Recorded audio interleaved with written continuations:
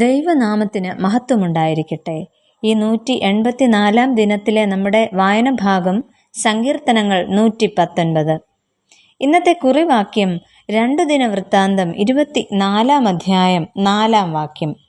യോവാശ് യഹോവയുടെ ആലയത്തിന്റെ അറ്റകുറ്റം തീർപ്പാൻ മനസ്സുവെച്ചു. അഹസ്യാവിൻ്റെയും ബേർഷേബക്കാരത്തിയായ സിബ്യായുടെയും മകനായിരുന്നു യോവാശ്.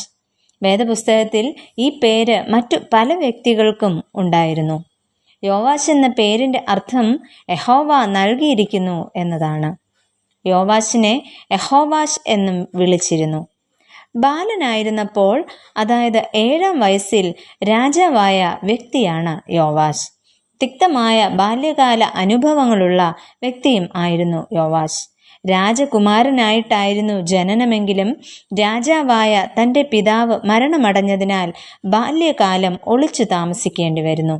എന്നാൽ ദീർഘമായ 40 വർഷം യഹൂദയിൽ ഭരണം നടത്തുവാൻ യോവാശിന് സാധിച്ചു. ഈ പ്രഭാതത്തിൽ യോവാശിനെ കുറിച്ച് അല്പമായി നമുക്ക് ചിന്തിക്കാം. ഒന്നാമതായി, അത്ഭുത ബാലനായ യോവാശ്. ഈ രാജകുമാരൻ്റെ ജീവിതം തികച്ചും ഒരത്ഭുതമായിരുന്നു. ആഹാബ് ഇസബേൽ ദമ്പതികളുടെ മകളായിരുന്നു അഥല്യ. അഥല്യ തൻ്റെ ഭർത്താവായ യഹോരാമിനും മകനായ അഹസ്യാവിനും ശേഷം രാജപദവിയിലേക്ക് പ്രവേശിച്ചു. മാത്രമല്ല, രാജഭരണം തന്നിൽ നിന്ന് പോകുമോ എന്ന ഭയത്താൽ യഹൂദ ഗൃഹത്തിലെ രാജസന്തതിയെയൊക്കെയും നശിപ്പിച്ചു കളയുന്നു. അക്കൂട്ടത്തിൽ തൻ്റെ മകനും മുൻ രാജാവുമായ അഹസ്യാവിൻ്റെ മക്കളും ഉൾപ്പെട്ടിരുന്നു. അവിടെയാണ് യോവാശും മരണത്തെ മുഖാമുഖം കാണുന്ന അവസ്ഥയിലേക്ക് എത്തുന്നത്. എന്നാൽ രാജകുമാരിയായ യഹോശബത്ത് യോവാശിനെ രക്ഷിക്കുന്നു. അതിലൂടെ അത്ഭുത ബാലനാകുവാനും തുടർന്ന് രാജാവാകുവാനും യോവാശിന് സാധിച്ചു. യഹോയാദാ പുരോഹിതൻ 7-ാം വയസ്സിൽ യോവാശിനെ രാജാവായി അഭിഷേകം ചെയ്യുന്നു. അങ്ങനെ ഈ അത്ഭുത ബാലൻ രാജാവായിട്ട് തീരുന്നു. രണ്ടാമതായിട്ട്, ജനനവും നിയോഗവും മറന്ന് ജീവിക്കുന്ന യോവാശ്. യഹോവയുടെ ആലയത്തിൻ്റെ അറ്റകുറ്റപ്പണികൾ തീർക്കുകയും പുരോഹിതന്മാരെ നിയമിക്കുകയും ജനത്തെ ദൈവ ആരാധനയിലേക്ക് മടക്കിക്കൊണ്ടുവരികയും ചെയ്തിരുന്നു യോവാശ്.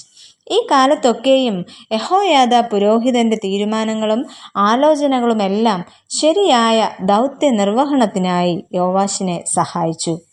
എന്നാൽ പുരോഹിതന്റെ മരണശേഷം യോവാശ് യഹൂദയിലെ മറ്റ് പ്രഭുക്കന്മാരാൽ സ്വാധീനിക്കപ്പെടുകയും യഹോവയുടെ ആലയം ഉപേക്ഷിച്ച് വിഗ്രഹങ്ങളെ സ്ഥാപിക്കുകയും അശേര പ്രതിഷ്ഠകൾ ഉണ്ടാക്കുകയും ചെയ്തു.